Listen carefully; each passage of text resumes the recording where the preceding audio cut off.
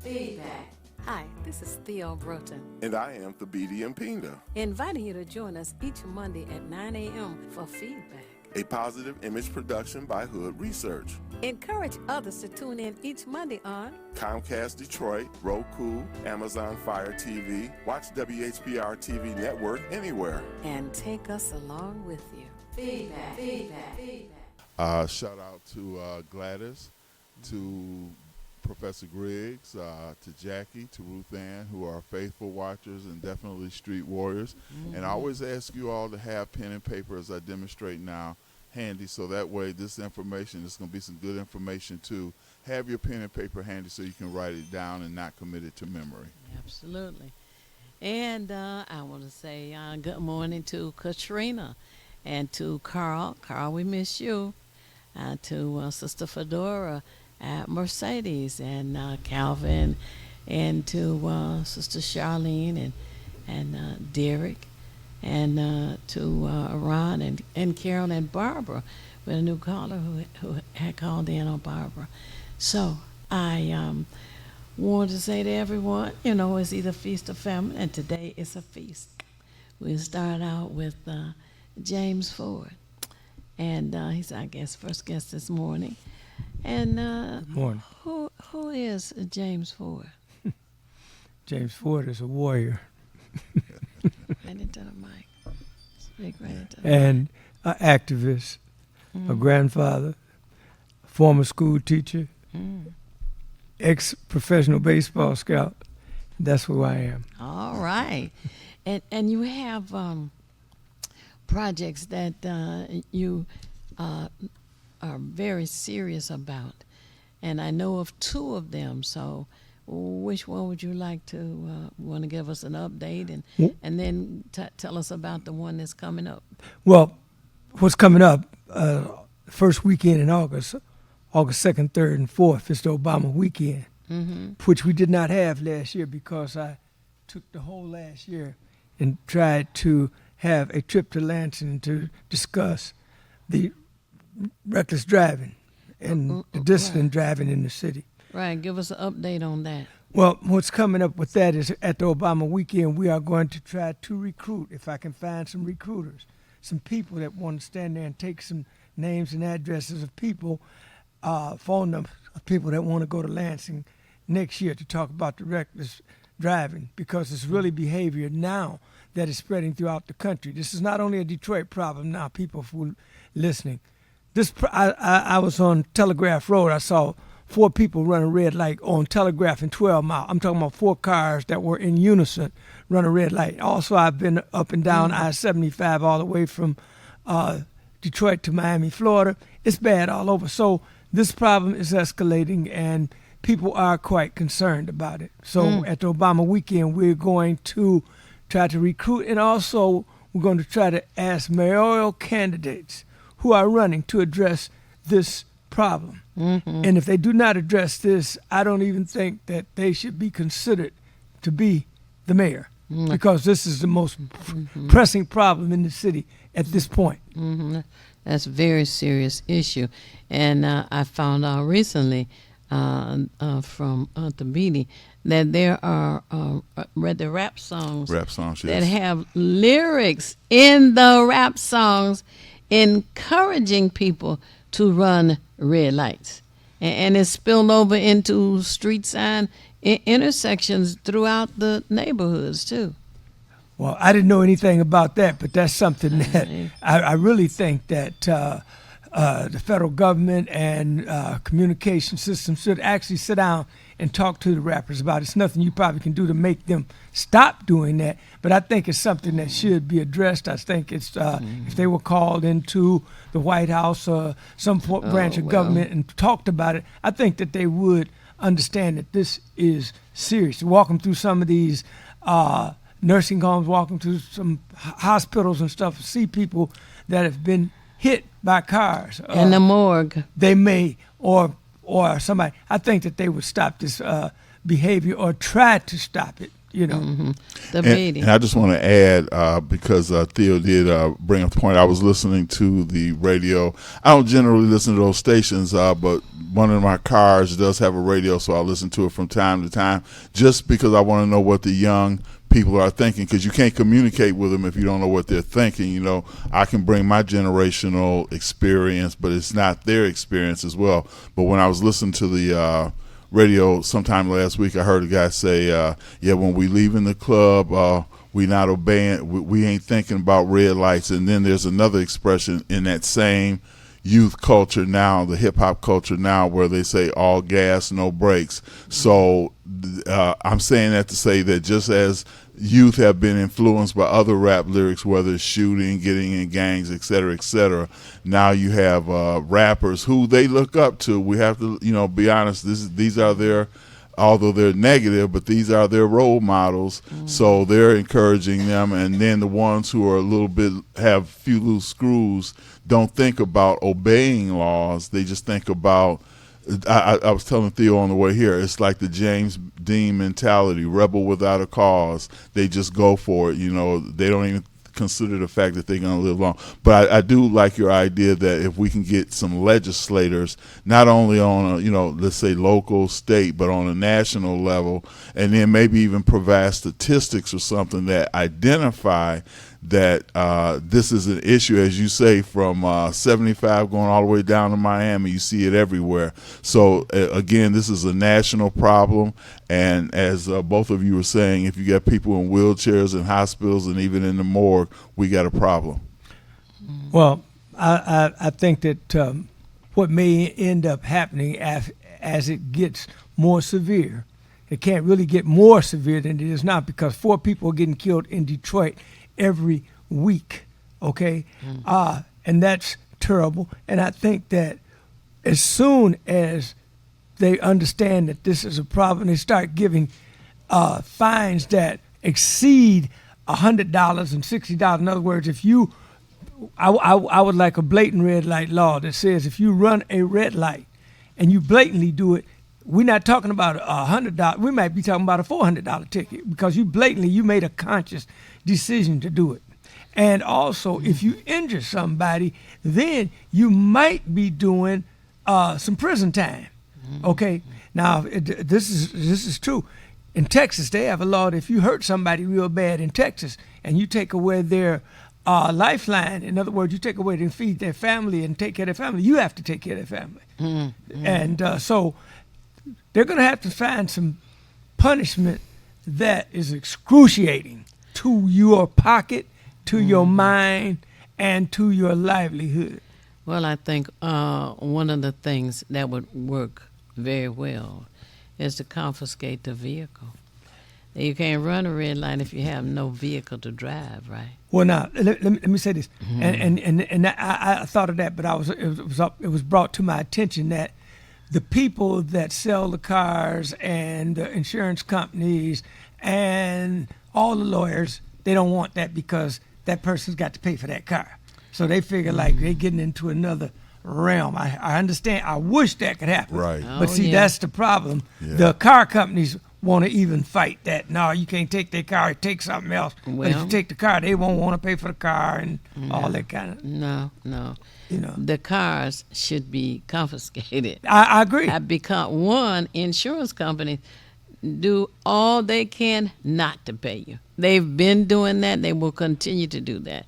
They have a catastrophic fund that the top 5 insurance companies have been trying to take for years. And the other insurance companies have been fighting against it. So the catastrophic fund is still intact for right now. Right. And the dealers, well, they're going to try and get another car. So I don't know what the dealers are worried about. Right. They'll keep getting cars somehow. Right. So I'm not even worried about either one of them. They should be more concerned about people getting hurt. You want to sell a car, you don't care if people get hurt. You know, essentially you say they should be concerned, because in this country, the only concern is the bottom line, money. So people, you know, are expendable, but capitalists looking at can I profit. So I can see where, you know, depriving them is not going to deprive them, because they do people skirt all kind of laws. But now, as we go a little further, let's kind of discuss, because this is upcoming. Now, this is why I told you to have your pen and paper handy. We're going to discuss Obama Weekend, which was initiated by our guest James Ford. So I'll let you go ahead, brother. Yeah. Well, Obama Weekend has been in existence since 2020. Really, we started off small. You know, what we're trying to do is it's just a festival where I really think that we should try to just remember. We got to remember we're dealing with a aloof president now and an aloof system where all our history may be gone. We cannot afford to lose the remembrance of. And even I'm sending flyers to other cities now telling them to go on and follow our lead, do what they want to do. But the Obama Weekend is just a joyful time. It's a time for us to share with each other, to talk. And this year, the Obama Weekend is going to take a turn toward trying to rally all the proactive groups in the city of Detroit to vote one way for a mayor, vote for the person that's going to address this reckless driving and some other issues that we have. But the Obama Weekend will try to do that. In other words, with all the different proactive groups that we have, if we could just get together maybe once a year or meet once a month. So we got 1,000 different proactive groups. You got Mac Alive, you got Hood Research, you got the Kibaline Village, you got National Action, many, many, many more. But what if we could come together under one united stand and make a decision? Even if we make a decision that a lot of people don't agree with, we made one overall decision. And the decision that we make this year should be to elect a mayor that is going to try to stop reckless driving and all that, or they're going to be a one-term mayor. Okay? So that's what I think that we got together as a group, and we're going to try to do this year. Just take out every group's name, put it down on a list, meet once a month.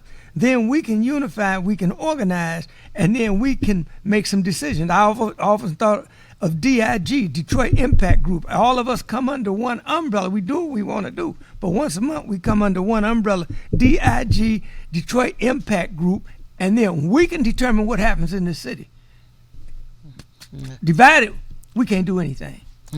Now, if you share with us some of the activities that will be going on during the weekend. At the Obama Weekend, we have Name That Tune. It's going to even be an apology line there. If there's anybody you want to apologize to, you can come and apologize. We have an auction. We also have a all children's parade where you can bring your child, bring your little children, and just put them in a parade. They don't have to have anything on or anything. They can bring their dog, their cat, their rabbit, and just walk and have a good time. I mean, that's what the Obama Weekend is about. But the most funniest thing is the auction. The auction, you can bring whatever you want to auction, but see, some people, they try to auction, they don't know what they do, and they end up taking their stuff back home because they sold it for less than they want to get. So the Obama Weekend, anything may happen at the Obama Weekend. It's just like years ago they had Disneyland. They had Wednesday, anything can happen day, but anything can happen at the Obama Weekend. But we want to get these mayoral candidates to come in and talk about what they want to do. And I will say this, if we invite maybe the 3 lead candidates to the 4, and anybody don't show them, because I'm going to contact them and tell them they got to come and talk about reckless driving, dissident behavior. And if they don't show up, I don't think they should be considered to be the mayor if they don't show up. Now, I want you to give contact information. And if you don't have your pen and paper handy now, get it, because Mr. Ford's going to let you know how you can become a part of it, be a vendor, and other important information. Well, you can be a vendor, and that's very important. Thanks for answering that question. You can be a vendor. It's only $10 a day. I mean, you can come and just sell what you want for $10 a day. And the contact information is my phone number, 586-918-3061, 586-918-3061. It's at Davos Beads and Jewelries on August 2nd, 3rd, and 4th, and from 3 to 7. and just come and have a good time. It's going to be karaoke also there. You can sing, and if there's any comedians there, come on. Now, also, if you think you can sing but you haven't been seen yet, you can come and throw your stuff on the line, and you might be another Reuben Studdard or something. But come on and do what you do. You might be Luther Vandross in your bathroom. So come on. Can the children who are going to be in the parade bring a sign? Can they make a sign and say happy birthday, President Obama? Or well, if you look on the flyers that's going to be distributed, there are children that were there year before last. You bring a sign. You can bring a sign. I love Grandmama there. You can bring a sign that say anything you want to say. You can do what you want to do in the children's parade, and it's going to be nice. They can do almost anything they want as long as they stay in line and have a good time like they did last year. That is not vulgar, you're saying? Yes. That the comedian is not vulgar, that kind of stuff. Say that again. You mentioned a comedian coming. I said that he's not vulgar. Well, a comedian... the signs not be vulgar. Yes. Comedians can come, rappers can come, as long as they're... what they're saying is in...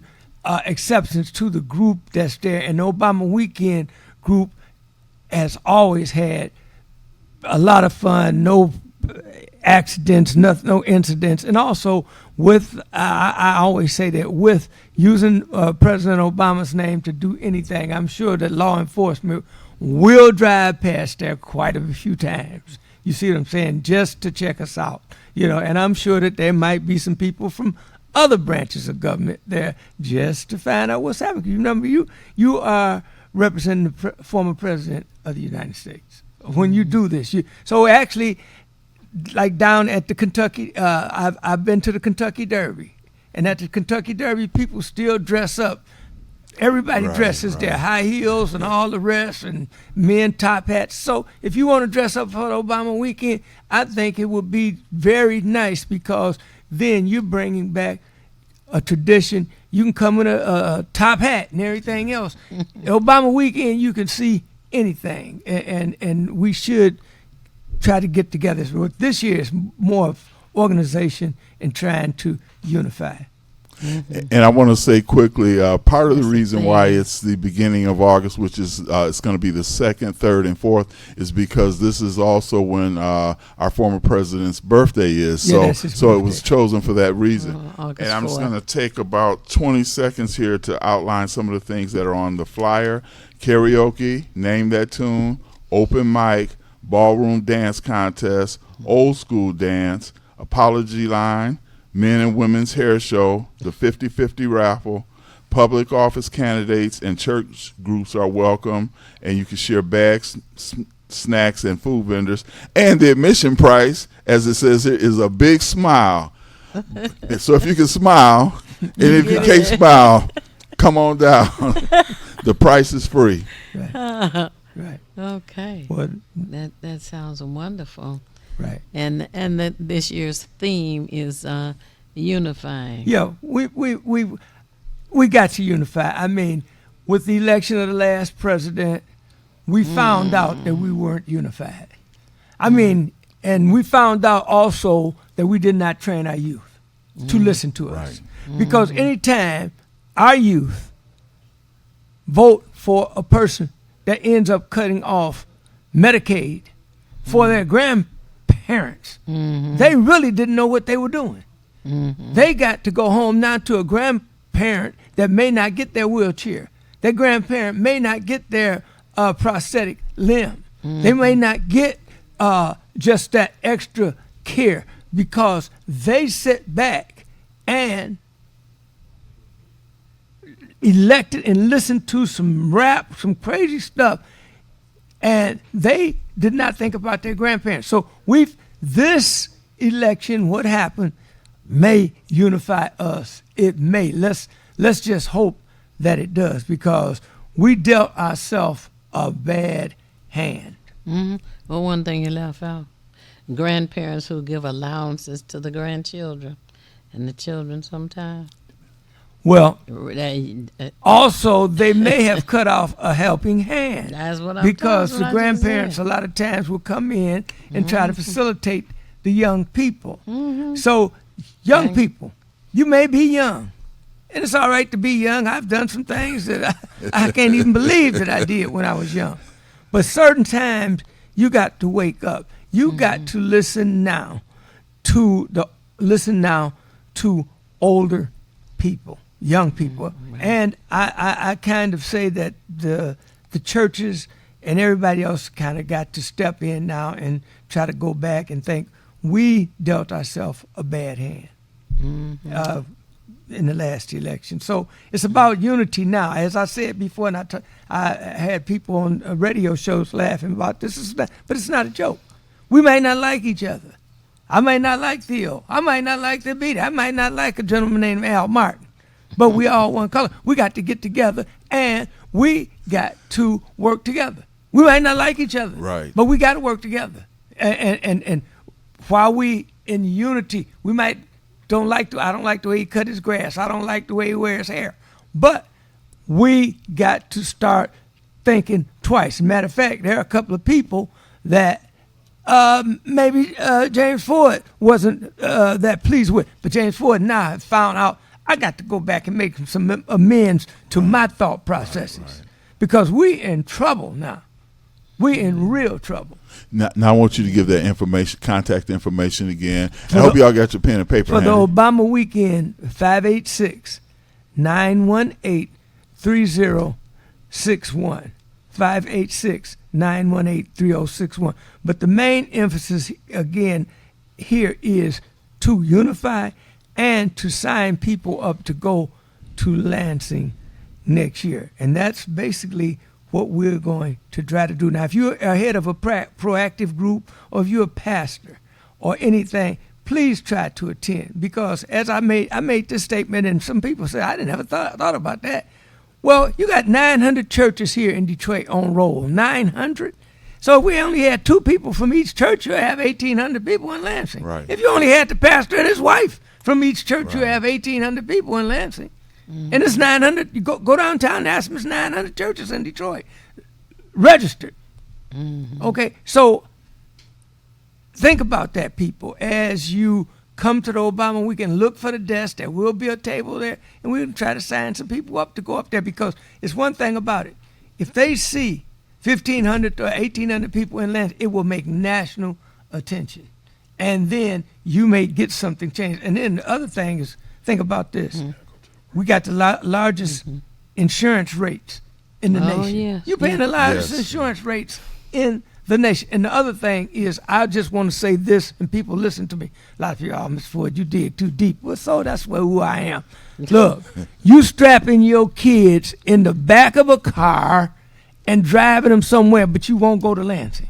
You strapping your kids in the back of a car and somebody may hit it, and you will not go to Lansing. And then the most dastardly thing that you could ever do is invite your relatives to drive here from Cleveland, Cincinnati, St. Louis to visit you, and they got to drive on these streets. How can you invite your relatives into a city and you didn't go to Lansing?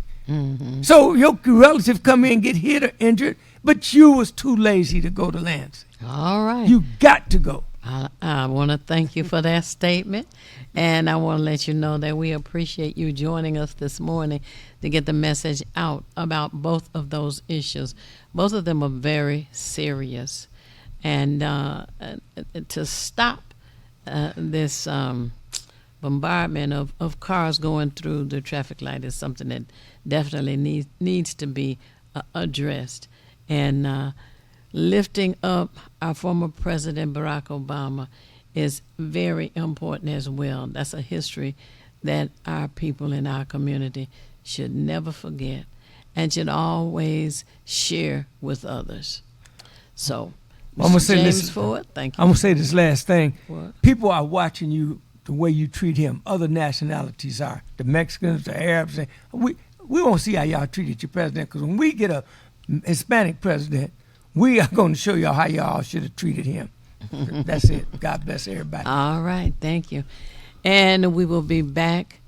So refresh your orange juice, coffee, milk. Call somebody, tell them to tune in. We'll be back momentarily. It's the These Nuts Show with your host, Butter and friends. Butter here, magician escape artist, practicing for my show tonight. Come on in, have a seat. Everybody settle. Butter, you're on in 5, 4, 3, 2. In a few seconds, there gotta be enough to get out of this one. Twist a little turn, ta-da! It's showtime. It's your old friend Butter here. I may be a nut, but I know to wear my mask. Please welcome my first guest tonight, fitness guru, Wally Wallman. Wally Womack here to tell you to wash your hands with soap and water for 20 seconds so you will stay healthy and strong like me. Almond Cruz here, sliding in with the news. Distance is what we must do to stay away from the chew and other germs in the air that might be trying to get on you. Social distancing is a wonderful way to see friends. As long as you're 6 feet apart, you win. Hey there, friends. I wouldn't miss this for the world. It's me, Pumpkin Spice, your healthy girl. Remember, it's important to use your kind hearts and follow the signs to stay healthy and safe at all times. Chica Chiminsky here to say, don't forget the little ones that need you to lead the way. That's how we remember to wash our hands, mask, and social distance today. Morgan Raisin, yes, it's me, here to sing about health and safety. We are all here to help get a message out to your grapevine, teaching healthy choices to stay safe all the time. Don't let these guys drive you nuts. Put your mask on first. They'll let you be. And it keeps me safe from the chew that's trying to get on me. Butter me up. She's right, you know. Thank you, Hallie Cranberry, for joining the show. Let's all be nuts about our health. Social distancing, wash your hands frequently, use hand sanitizer, and wear a mask. Practice what we learned to stay away from the germs. We're all in this together. Coming soon, the many adventures of these nuts in a theater near you. This is Bruce Simpson, your City of Detroit ombudsman. I am here to address all of your complaints and concerns. If you need assistance regarding city services, please contact my office at 313-224-6000 or contact us via email at ombudsman@detroitmi.gov. This is Bruce Simpson, your City of Detroit ombudsman. Have you ever wanted your own TV show? Have you dreamed of showcasing your talent for the world to see? Well, now you can. Have your own TV show. You can have your own 30-minute show. Not only will you be seen in the Detroit area, but you can be viewed worldwide. For more information, call 313-868-6612. Visit our studios and receive a free TV interview to promote your business, church, or organization by appointment only. Feedback. Hi, this is Theo Broughton, And I am Thabiti Mpinga. inviting you to join us each Monday at 9 a.m. for feedback. A positive image production by Hood Research. Encourage others to tune in each Monday on Comcast Detroit, Roku, Amazon Fire TV. Watch WHPR TV Network anywhere. and take us along with you. Feedback. Thank you so much for staying tuned to Feedback, a positive image production by Hood Research. And now, my co-host and I have our next guest, who is Al Martin. Tell us, who is Al Martin? Well, first of all, Theo, good morning, and it is very good being here with you and Thabiti. Thank you. On Memorial Day. Oh, yes. The Oh, yes. start of summer of 2025. Oh, yes. First of all, I'm a lifetime member of Hood Research. Let me start with that. That's right. And my occupation has been involved with transportation. I'm a retired transportation administrator with experiences in the city of Detroit, southeastern Michigan, Michigan Department of Transportation, and the Connecticut Department of Transportation. Wow. And now it's a matter of being retired and enjoying working with Hood Research on various projects that are going to do everything that we possibly can do to improve the quality of life. Oh, yes. Of all people throughout our city, our state, and our nation. I like that. It sounds great.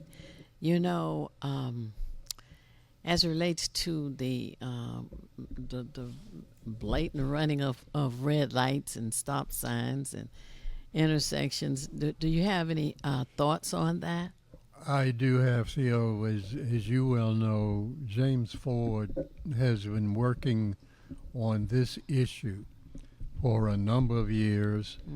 And last summer, we had the opportunity of going to Lansing, where he sponsored a rally to bring an end to breaking the law. Yeah, the that's driving what it is. laws of Right. our society. Right. We are going to have Bob Law to join us with you. Wonderful. And Thabiti and I. And you say he's on the line now? Hello, Mr. Bob Law. How are you? This is Thabiti. I'm one co-host with the wonderful Theo Broughton and Brother Al Martin. So we want to welcome you to the program, sir.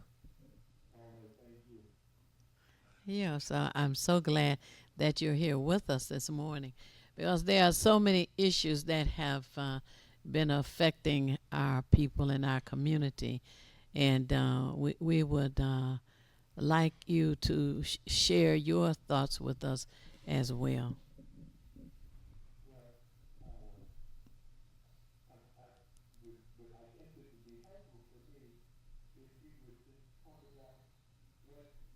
you were dealing with right there in your city, and the kind of issues that we are trying to address around the country. For instance, what is the primary issue? You and I and Al have been have had some conversations in the last few days. But what were we talking about? There are so many things. What are the kind of things that we've been talking to with people that? Well, that is very true.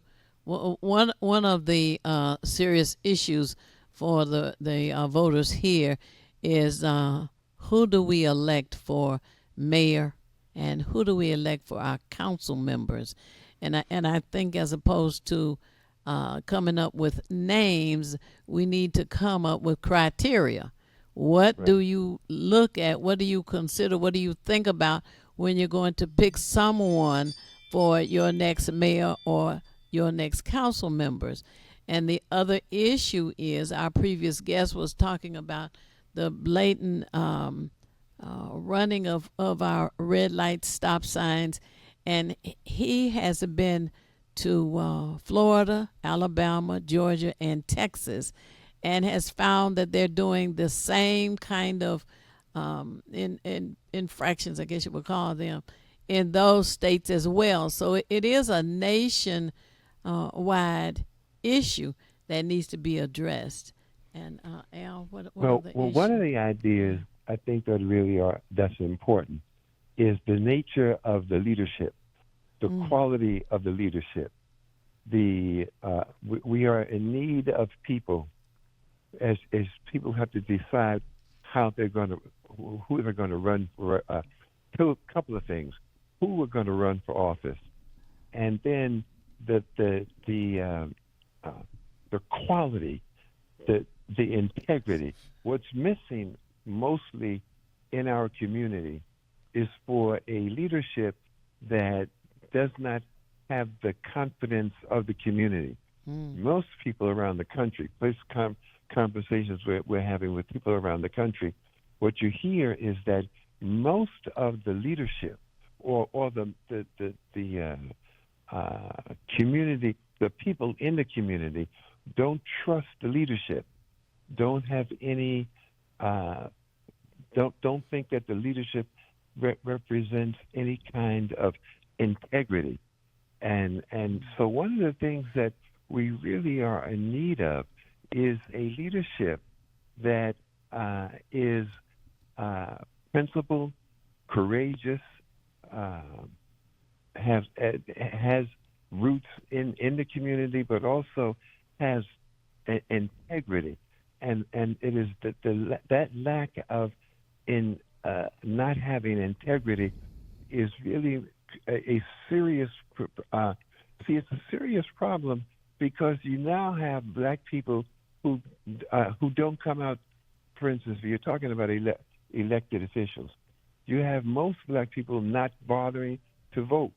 They only vote for like the governor, or and even at that point, most black people are not are engaged in the process of not organizing, in the process of governing. We let other people take over, and so but most black people are just disillusioned with the leadership and the lack of integrity in that leadership. The community is willing to work together, and the community is willing to trust each other and become engaged in whatever activity or energy that the community is trust in, but the community doesn't trust in the leadership at all, and that's a real problem for the black community, with not having leadership and a leadership that the community has any confidence in. And so that becomes, how do we find who's going to run for office, but how you can find, we've got to get with people who are willing, that we can have confidence in. And that is where we have to identify people in the community who are here now, and encourage them to build a leadership cadre, and build a community of people that deserve the leadership, that deserve, but not the leadership. We need to deserve a leadership that the community can have confidence in. Well, you know, Bob, Al Martin here has been talking about the numbers. Here in this city, we have some over 600,000 people, and we are told that we have over 400,000 registered voters. And tell us what your thoughts on that, Al. Bob, first of all, Bob, let me just say it's an honor to have you speaking with us here in Detroit on this program this morning. Thank you for doing so. The unfortunate part about our situation here, and Bob, it goes to the point that you have just made so beautifully, our voting public has not seen the necessity to turn out and vote for our local elections, mayor specifically. We have had in the last 4 mayoral elections a turnout of only 20% of registered voters turning out to vote for mayor. Bob, what that means is we have elected officials that unfortunately meet that identification that you gave us a few minutes ago of not having the electorate have a level of confidence in them and their integrity. And somehow we're going to have to turn that around, get people to understand that they can have an impact on the policy that governs their lives by turning out and voting in large numbers. Now, I'd like to add, Bob, I'm Thabiti. I'm Theo's other co-host. And, you know, what I've done is reflected on, let's say, the 60s and some of the 70s as well, when we had here Mayor Coleman Alexander Young. In other cities across the nation, we've had Carl Stokes, Richard Hatcher. We've had people like Adam Clayton Powell. And there was a stronger cultural homogeneity, I would say, that we don't seem to have now, because people were invested in the culture. You know, we had, let's say, I'm Black and I'm Proud with James Brown, but there was something that was within the culture that sort of brought us together. Now, we aren't a monolith, so all of us weren't involved. But my point, I guess, and what I'm asking all three of you is, when we had people like Coleman Young, Carl Stokes, Richard Hatcher, Maynard Jackson in Atlanta, etc., how do we approach the idea of galvanizing people around figures? Because we don't seem to have those figures now, those people who are invested in the people. And that seems to be our biggest problem, which has led to apathy as well. You know, in a sentence, I was asked, and I'm very much involved in politics now. But as a young woman, I was into work, you know, and then into family and children, etc. And then someone asked me to participate in politics, and I'm like, oh, okay, you know, what do you suggest? So I was asked to participate with a candidate who happened to be running for council at the time. And I got involved. I got my children involved. My husband, everybody in the family was involved. And it happened because someone asked me to participate. I hadn't even considered it before. So but perhaps that's something that we can do. You know, Bob, I heard in one of your podcasts a phrase that you brought forth, and I think it would be good if we could talk about it this morning. And Bob, that phrase is one of creating a culture of concern. Right. A culture of concern where people who are impacted by the public policy, and they are impacted in a negative fashion, are not expressing that concern that they have about these negative impacts. Somehow we have to create a culture of concern so that people can begin to understand what is happening, to understand the public policy that is taking away education from our public school children. Yeah. We have to be concerned about that. What we need to lift this culture of concern. That is something that we have to lift out in among our own community. That we have to then take on the responsibility for controlling our own destiny. Now but one of the things that you mentioned, I think that's really important, is when you mention all of the people, Maynard Jackson and Coleman Young and the people around with our historical experiences here. But what's missing right now is with no leadership, with a vision. See, those brothers that you mentioned were all visionaries, and that is why that they benefited from a movement. The culture of concern has to be part of our new movement, where we are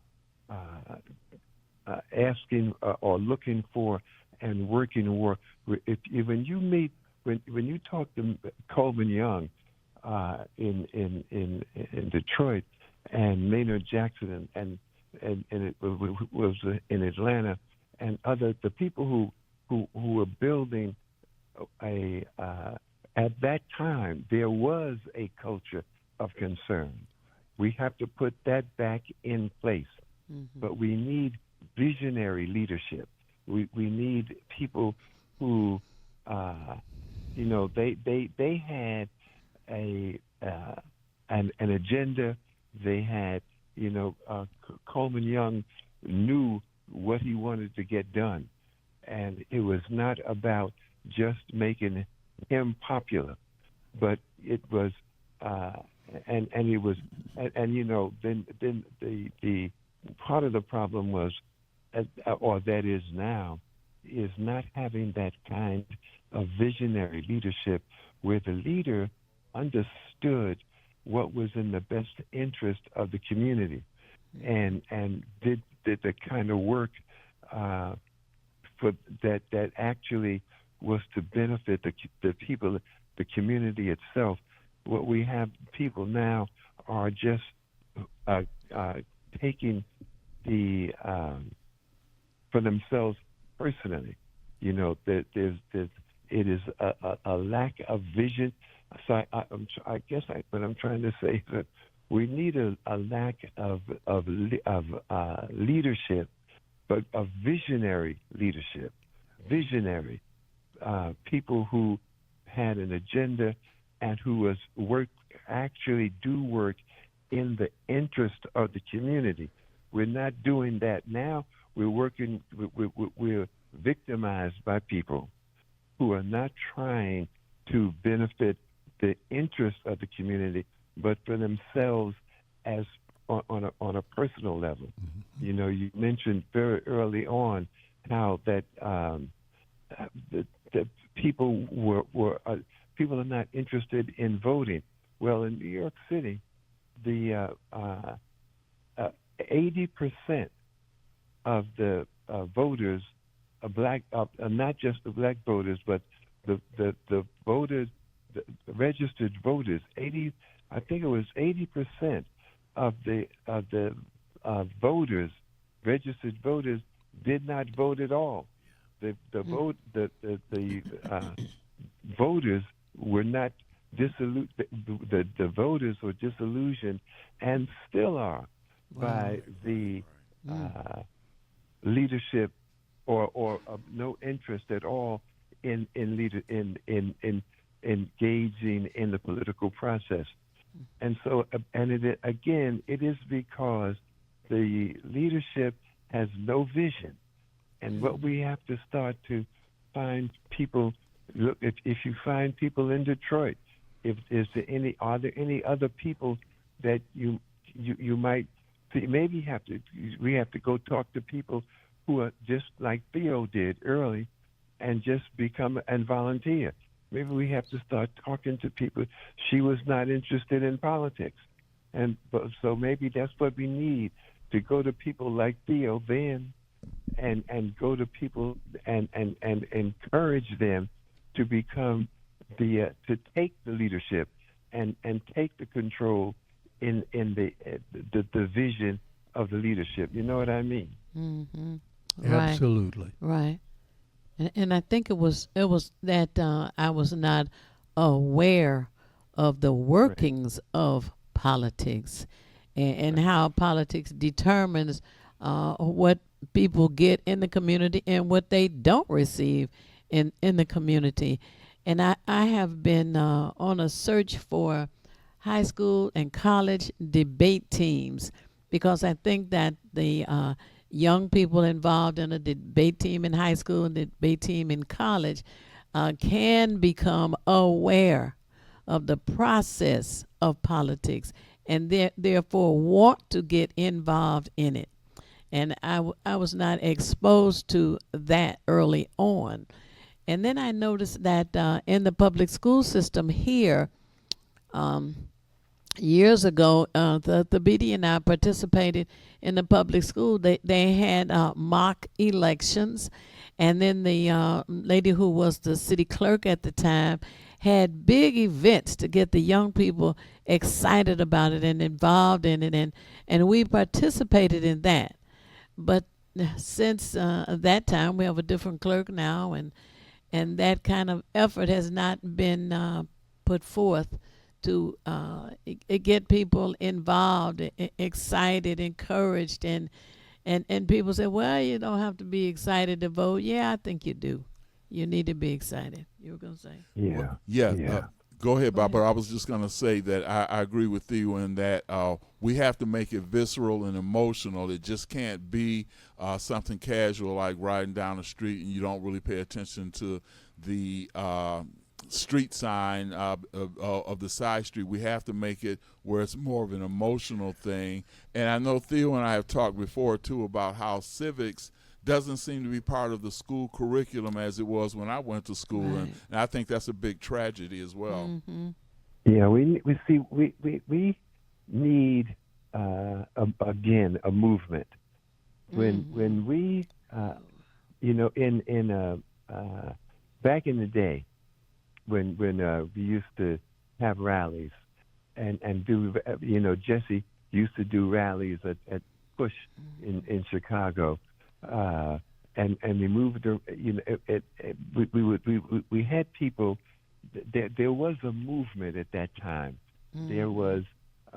We'd get up and say, "I am somebody."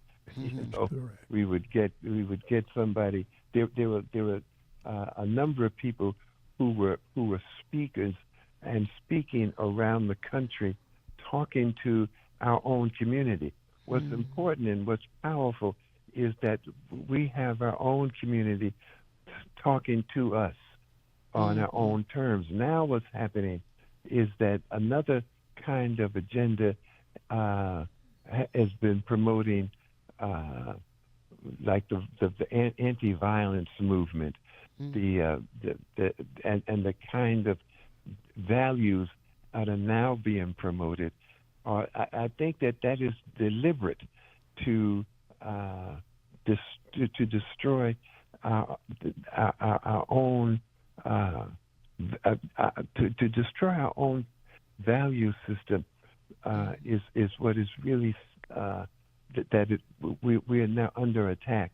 We've got people where you used to say I am somebody, or now we're hearing people say things about our own people, our own women, our own families are under attack because of the value system that has been destroyed. I believe that the value system in the black community has been destroyed deliberately, and so you now get up with people with names like Snoop Dogs and things like that on purpose. That's part of the attack on our value system, and that our values, I think after Obama also began to pick up on Jesse's theme on I am somebody, and then what was Obama's theme? Yes, we can. Yes, we can. Yes, we can. And that is what we want to do again, to begin to build the concern, the culture of concern, and let's begin say that again and talk about to everybody, even as you're talking to your audience. Let's find out from people about where their willingness to lift up and how important it is that we can that we lift up the concern that the culture Well, you know, having difficulty with Bob, as we talk about a culture of concerns, getting into a movement or making it a movement, I do also think that we need to include the Kwanzaa principles, because if we are lacking in principles that we followed decades ago, then Right. there needs to be a concern about those, because of the fact that it starts on December the 26th. Some people still want to participate in Kwanzaa celebrations. There's a large group of that.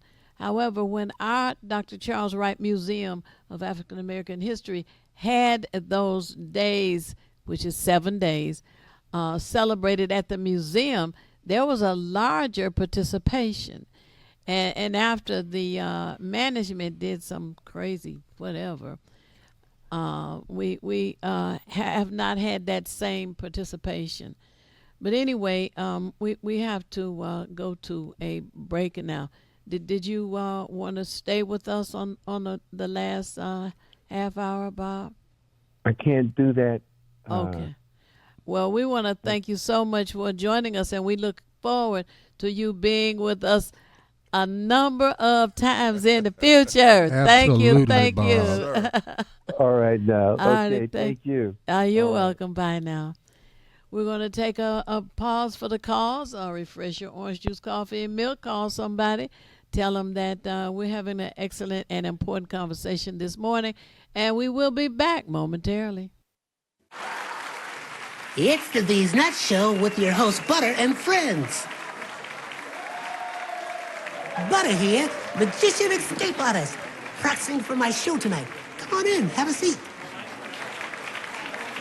All right, everybody settle. Butter, you're on in 5, 4, 3, 2. In a few seconds, you gotta be enough to get out on this one. Twist a little turn, ta-da! It's showtime. It's your old friend Butter here. I may be a nut, but I know to wear my mask. Please welcome my first guest tonight, fitness guru, Wally Wallman. Woody Woodland here to tell you to wash your hands with soap and water for 20 seconds so you will stay healthy and strong like me. Almond Cruz here, sliding in with the news. Distance is what we must do to stay away from the chew and other germs in the air that might be trying to get on you. Social distancing is a wonderful way to see friends. As long as you're 6 feet apart, you win. Hey there, friends. I wouldn't miss this for the world. It's me, Pumpkin Spice, your healthy girl. Remember, it's important to use your kind hearts and follow the signs to stay healthy and safe at all times. Chica Chiminsky here to say, don't forget the little ones that need you to lead the way. That's how we remember to wash our hands, mask, and social distance today. Morgan Raisin.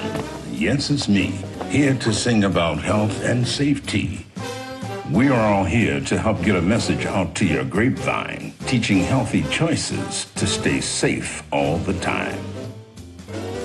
Don't let these guys drive you nuts. Put your mask on first. They'll let you be. And it keeps me safe from the chew that's trying to get on me. Butter me up. She's right, you know. Thank you, Hallie Cranberry, for joining the show. Let's all be nuts about our health. Social distancing, wash your hands frequently, use hand sanitizer, and wear a mask. Practice what we learned to stay away from the germs. We're all in this together.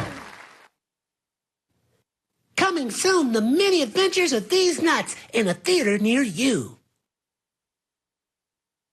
WGPR Detroit HD2. You're watching WHPS, Highland Park, Detroit.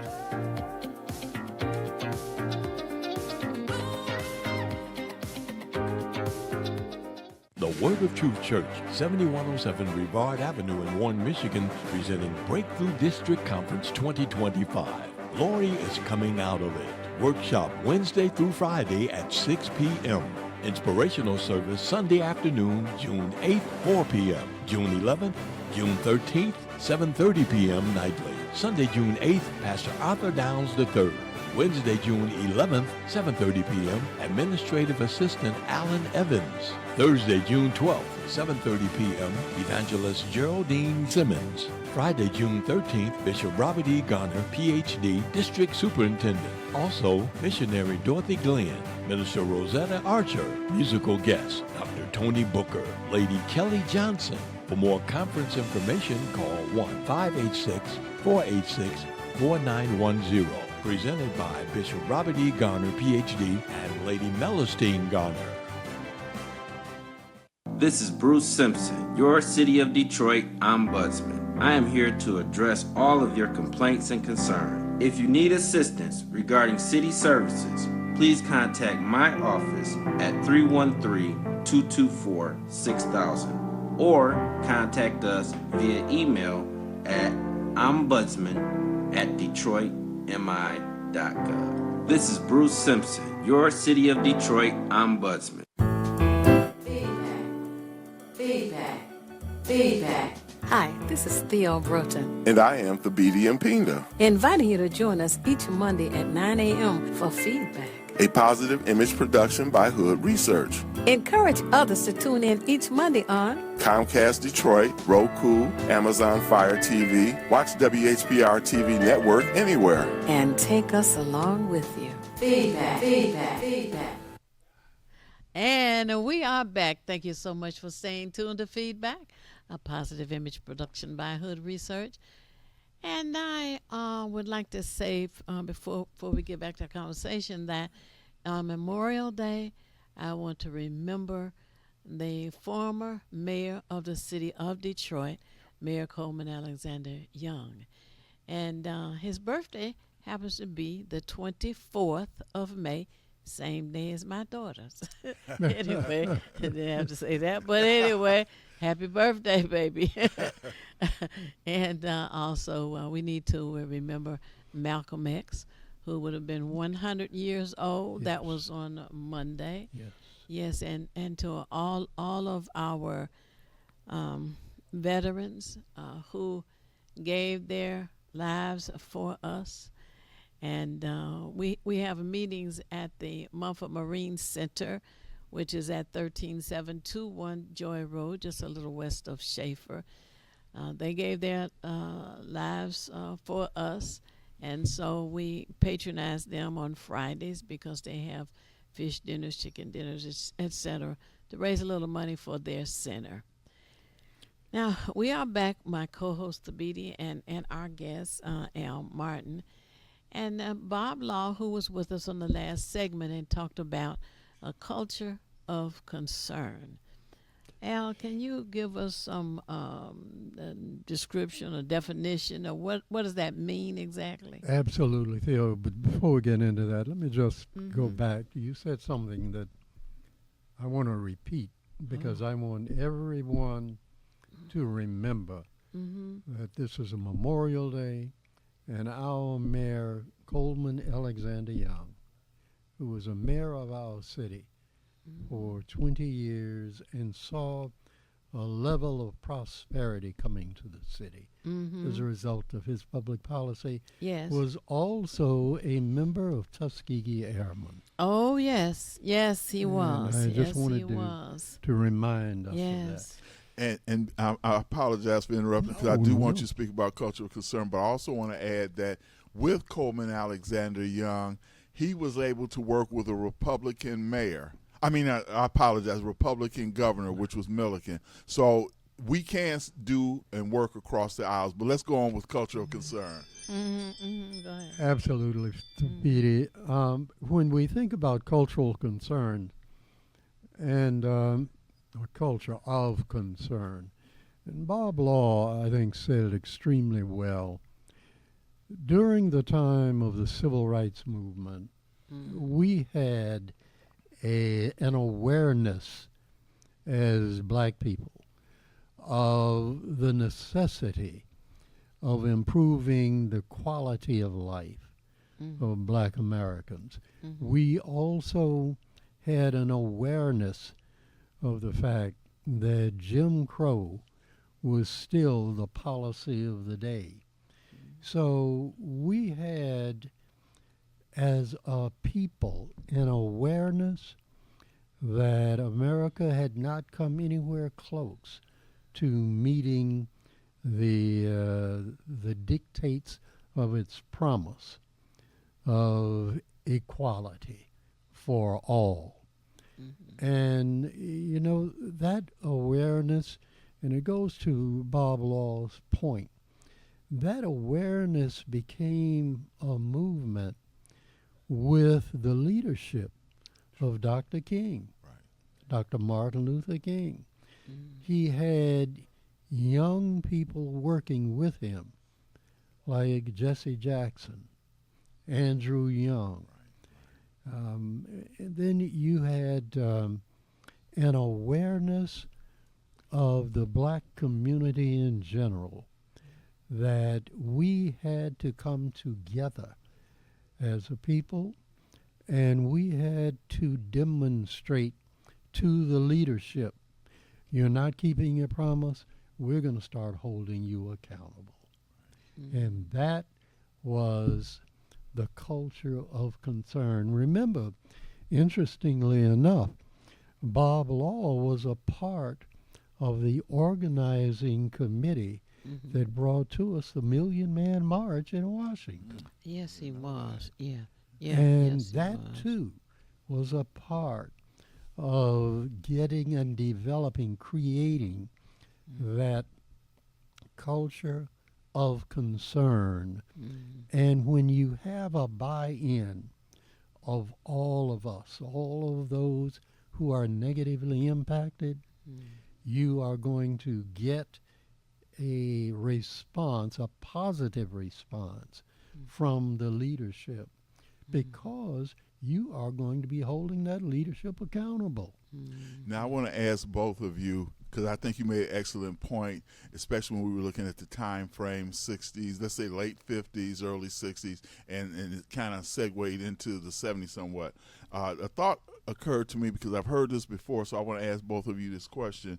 Once we knew that we were it was blatant discrimination, I'll put it that way.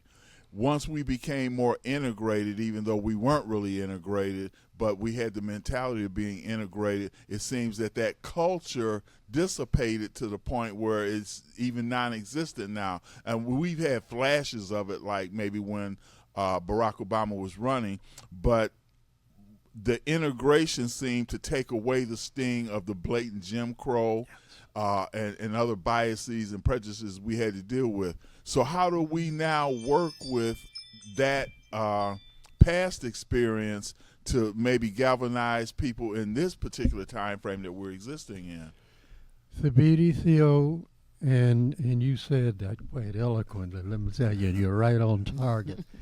Thanks. The way, Thabiti, that we deal with that is by making sure that people understand what is happening to us.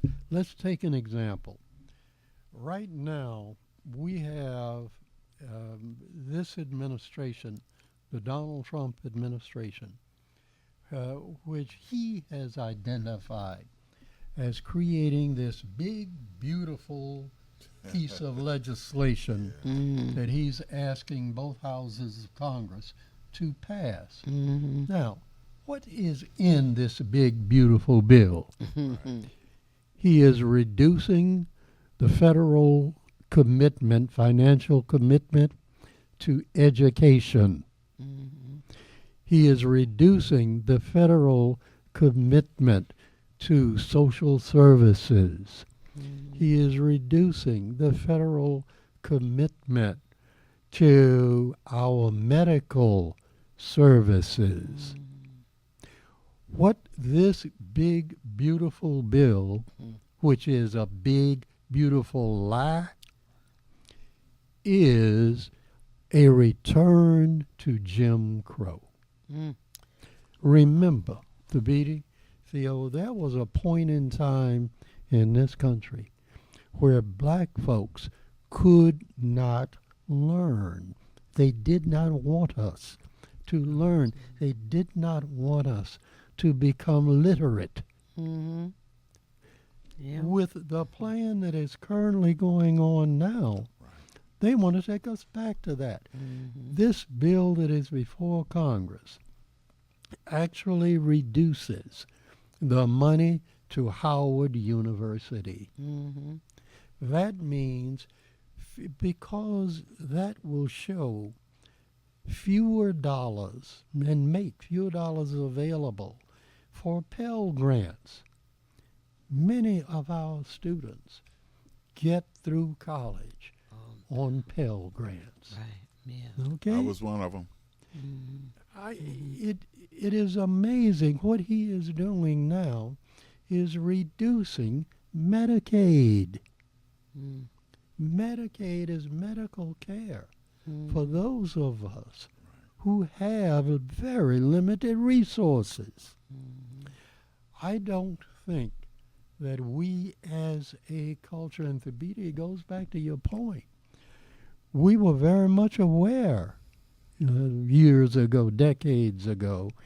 Today, I don't know that we are aware that this kind of legislation, these policies, are making it far more difficult for black folks in this country to realize, to help ourselves and realize that they are now trying to take us back to Jim Crow.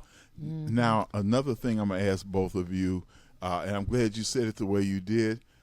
How do we get the Congressional Black Caucus? Because they have a larger platform than we do, and they should be invested in the constituents in their community. I don't know if anyone's approached the Congressional Black Caucus either as a group or as individual members who may populate any one of our 50 states. I think one of the things I thought about, but this is like a sort of, I'm digressing a little bit. Sometimes we try to get actors, athletes, rappers, and I think when Barack Obama was running, I hate to mention his name now, but Sean Diddy Combs was one of the people who galvanized his group of people, his core group of people, to get involved. So I guess what I'm asking is basically the Congressional Black Caucus on a national scale, and then we can look at individuals on state and local scales as well. How do we put the pressure on them? Because without pressure on them to speak up in Congress, as you say, they are the voice of us in Congress. How do we get them engaged and vocal? By doing exactly what we're doing right now. By letting your audience realize and helping by, remember, we are right now living through some very difficult times. And we are concentrating on trying to make it from day to day. Yep.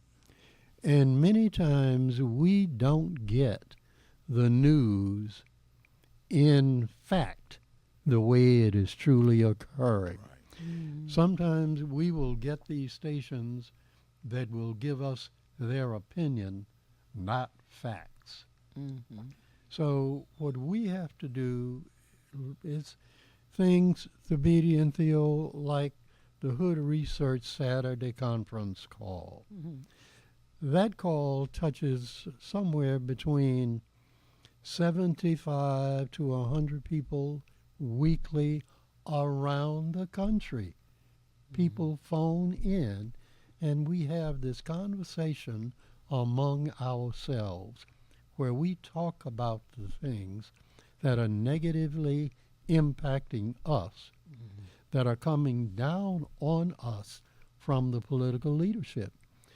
We have to start with the grassroots organizing, where people are aware of what's going on and are saying to themselves and to their friends and family and to each other, wait a minute, that's not what I want in my public policy. I have to do something about it. So we then can come together as a group, as a culture that is expressing our concerns about public policies, reducing the opportunities for black folks to learn and learn the truth. Oh, the truth. Yeah, oh, boy. That's critical. Oh, yes. The White House is lacking the truth. Yeah. After the enslavement of people in this country, there was a period of time when our people got elected as senators and members of Congress and all of that. And then Jim Crow came in. Give us some examples so people can understand more what Jim Crow was. There were, Theo, two periods in our history where we genuinely tried to meet the promises of our Constitution. You mentioned the first one, Reconstruction. That was immediately after the signing of the Emancipation Proclamation.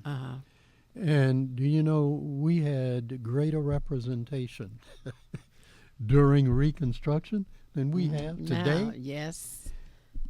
That second period was in the civil rights period of the 1960s, with the signing of the civil rights laws and with voter reform and signing of the Voter Rights Bill. Jim Crow saw what was going on immediately after, during the period of Reconstruction. And when President Lincoln was assassinated, his vice president, a Southerner from Tennessee, Andrew Johnson, decided that he was going to reverse Reconstruction. He brought an end to Reconstruction. You know, immediately after the Civil War, during Reconstruction, there actually were some instances where 40 acres and a mule did occur. Yes. It actually occurred. And Andrew Johnson reversed it. He said, we're taking the mule back. That's absolutely correct. And we're taking back the 40 acres. That's correct. Yes. So Jim Crow said, wait a minute, we think you're moving too fast here. Yeah, the Constitution does talk about equity, but we aren't there yet. And then, Theo, we had our civil rights movement. And fortunately,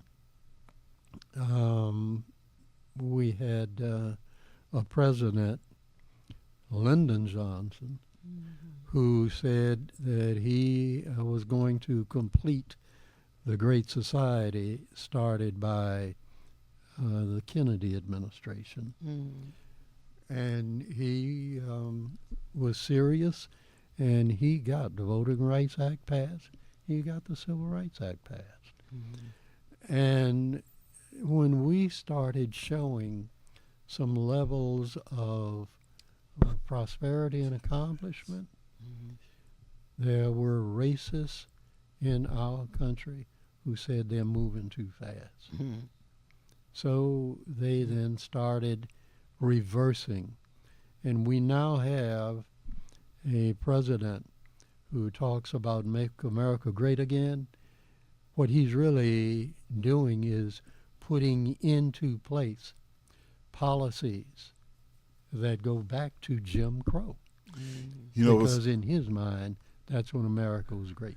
Yeah, and they think they can accomplish that, but we've come too far to go back. And when you were saying civil rights, one of the things that occurred to me, Al, was how they even though we were voting Democratic, there were people who were called Dixiecrats. So that's just a cover word for Republicans, as far as I'm concerned, because they weren't interested in the aspirations and goals of people of color, or people with color, I like to say, not of color. But the Dixiecrats, we can look at Eastland, I believe in Mississippi. We can look at Strom Thurmond, and I can't think of the guy offhand that was in Atlanta. You can look at Herman Talmadge. Okay. Of Atlanta, of Georgia. Mm-hmm.